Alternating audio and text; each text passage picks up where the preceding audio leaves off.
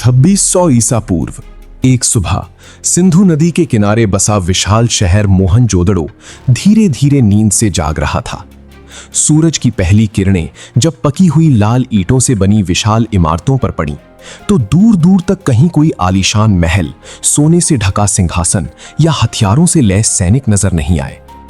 दुनिया के इतिहास में जब मिस्र और मेसोपोटामिया जैसी सभ्यताएं विशाल पिरामिडों, खून खराबे और ताकतवर राजाओं के खौफ से जानी जा रही थीं, ठीक उसी समय धरती के एक कोने में एक ऐसी सभ्यता फल फूल रही थी जिसने बिना किसी राजा, बिना किसी सेना और बिना किसी एक भी युद्ध के दुनिया का सबसे आधुनिक और सुव्यवस्थित समाज खड़ा कर दिया था।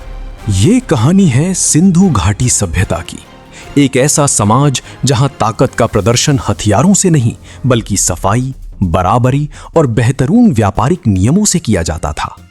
इस अद्भुत शहर की सड़कों पर कदम रखते ही आपको एक अनोखे अनुशासन का एहसास होता है, जहां हर घर, हर गली और हर मोड़ को एक पूर्व निर्धारित गणितीय योजना के तहत बनाया गया है। ईशान अपने दिन की शुरुआत शहर की सबसे ऊंची टीले जैसी जगह यानी सिटाडेल की बालकनी में खड़े होकर करता है। नीचे की तरफ देखते ही उसे 90 डिग्री के बिल्कुल सटीक कोण पर कटती हुई चौड़ी सड़कें दिखाई देती हैं, जहां पानी के निकास के लिए सड़क के दोनों तरफ ढकी हुई नालियां बनी हुई हैं। ईशान कोई राजा या सेनापति नहीं है, बल्कि इस शहर का एक मुख्य आर्किटेक्ट है, जिसका काम ये सुनिश्चित करना है कि शहर के हर नागरिक को एक समान ताजा पानी और बेहतरीन जल निकासी की सुविधा मिले। जब पूरी दुनिया नालियों की गंदगी से जूझ रही थी, तब इस शहर के हर घर में अपना निजी स्नान घर और शौचालय मौजूद था, जो सीधे मुख्य भूमिगत नाले से जुड़ा हुआ था। ईशान जब अपने काम का मुआयना करने निकलता है तो वो देखता है कि सड़कों पर लगी ईंटों का अनुपात बिल्कुल सटीक 4:2:1 है। चाहे शहर कितना भी बड़ा क्यों ना हो जाए, ईंट का आकार कभी नहीं बदलता। यही वो अनुशासन था जिसने बिना किसी डर या कानून के एक पूरे शहर को एक सूत्र में बांध रखा था। जैसे जैसे सुबह की धूप तेज होती है, बाजार के इलाके में हलचल अचानक बढ़ जाती है। माया अपनी वर्कशॉप का दरवाजा खोलती है, जहां चारों तरफ क्ले के बर्तन, लाल काले रंग के खूबसूरत मटके और कीमती पत्थरों से बनी मोतियों के ढेर लगे हैं। माया कोई आम कारीगर नहीं, बल्कि इस शहर की सबसे कुशल कारीगर है। वो अपने सामने रखी एक मिट्टी की मोहर को ध्यान से देखती है, जिस पर एक सींग वाले काल्पनिक जीव की आकृति और कुछ रहस्यमय संकेत उकेरे गए हैं। ये मोहर कोई पूजा की चीज नहीं, बल्कि इस बात का सबूत है कि इस मटके या मोती के पैकेट की क्वालिटी की गारंटी दी गई है। माया के पास मेसोपोटामिया और ओमान से आए व्यापारियों के संदेश हैं, जो उनके द्वारा बनाए गए लैपिस लाजुली और कार्नेलियन बीड्स के बदले में तांबा और अन्य कीमती सामान देने को तैयार हैं। यहाँ व्यापार केवल सामान का लेन देन नहीं था, बल्कि ये भरोसे और कारीगरी की एक ऐसी डोर थी जिसने हजारों मील दूर की संस्कृतियों को आपस में जोड़ रखा था। बाजार से कुछ ही दूरी पर स्थित महान अन्न भंडार यानी ग्रेट ग्रैनरी के पास 18 साल का कवि अपने उस्ताद के साथ खड़ा है। कवि का काम आज आने वाले अनाज की तुलाई और उसकी सही गिनती करना है। उसके सामने स्टोन से बने छोटे छोटे चौकोर बाट रखे हैं। कवि एक एक करके अनाज की बोरियों को तराजू पर रखता है और हैरान होता है कि ये पत्थर के बाट इतने सटीक कैसे हैं। सबसे छोटे से लेकर सबसे बड़े बाट तक हर एक का वजन बिल्कुल एक तय अनुपात में बढ़ता है, जिसमें 1, 2, 4, 8, 16 और 32 का सख्त गणितीय नियम लागू होता है। यहां किसी को ठगने का कोई मौका नहीं है, क्योंकि पूरे सिंधु क्षेत्र में, चाहे आप मोहनजोदड़ो में हो, हड़प्पा में हो या धौलावीरा में, बाट का वजन 100% एक जैसा ही होता है। कवि सीख रहा है कि इस समाज की असली ताकत इसकी पारदर्शिता और निष्पक्षता में है। जब व्यापार में धोखा नहीं होता, तो समाज में कभी हिंसा की जरूरत ही नहीं पड़ती।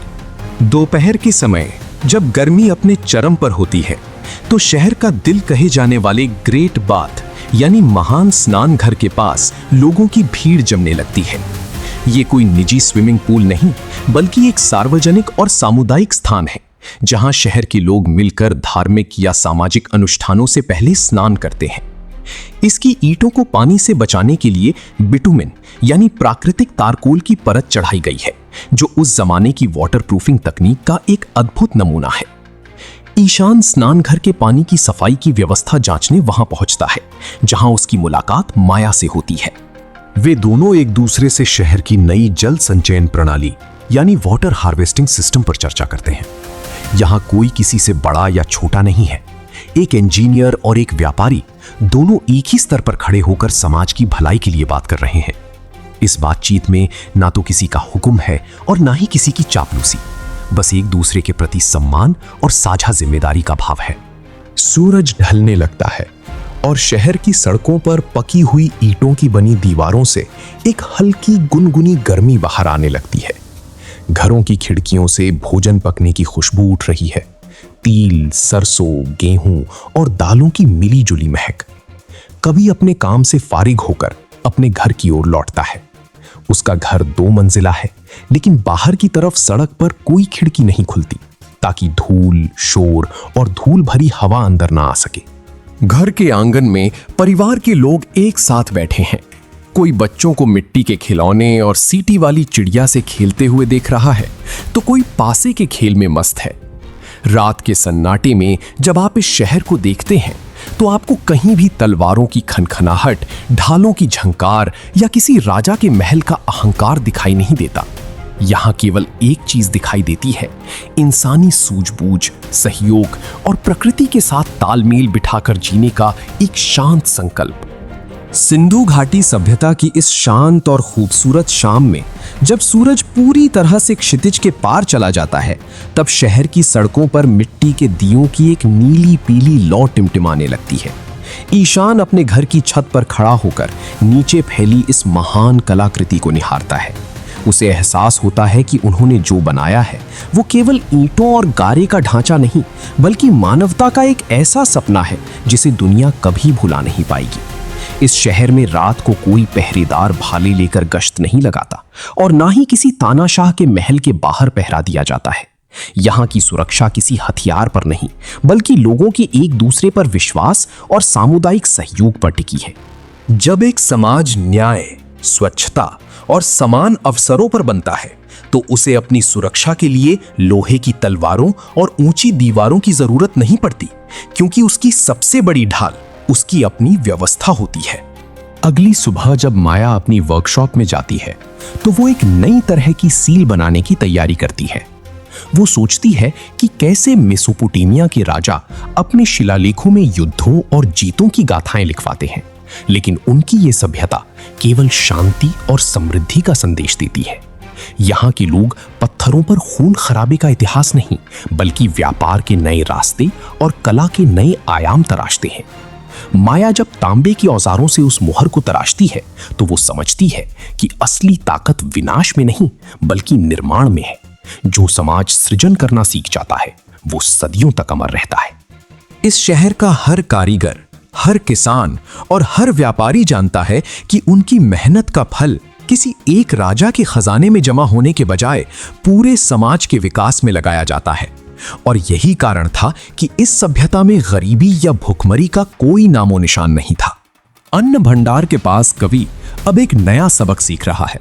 उसके उस्ताद उसे बताते हैं कि कैसे जब सिंधु नदी में बाढ़ आती है, तो पूरा शहर एक साथ मिलकर तटबंधों की मरम्मत करता है और किसी भी आपदा का सामना मुस्कुराते हुए करता है। यहाँ कोई भी व्यक्ति मुसीबत में अकेला नहीं होता। अगर किसी किसान की फसल खराब होती है, तो ये महान अन्न भंडार पूरे शहर का पेट भरने के लिए अपने दरवाजे खोल देता है। कवि देखता है कि कैसे इस प्रणाली ने लोगों के मन से भविष्य की चिंता और असुरक्षा का डर पूरी तरह निकाल दिया है।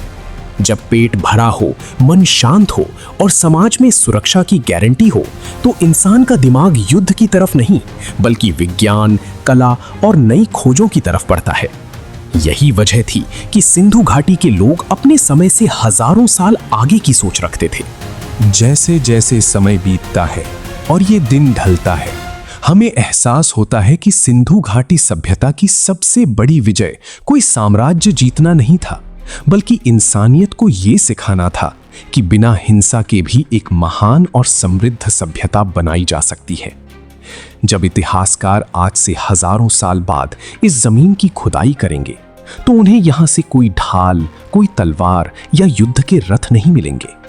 उन्हें मिलेंगे बेहतरीन तराशे गए बाट, सुव्यवस्थित जल निकासी की प्रणालियां, बच्चों के खिलौने, खूबसूरत गहने और एक ऐसी शांति की गूंज जो सदियों बाद भी हमें ये याद दिलाती है कि इंसानी तरक्की का असली मापदंड ये नहीं है कि हमने कितनों को हराया, बल्कि ये है कि हमने कितनों का जीवन बेहतर बनाया।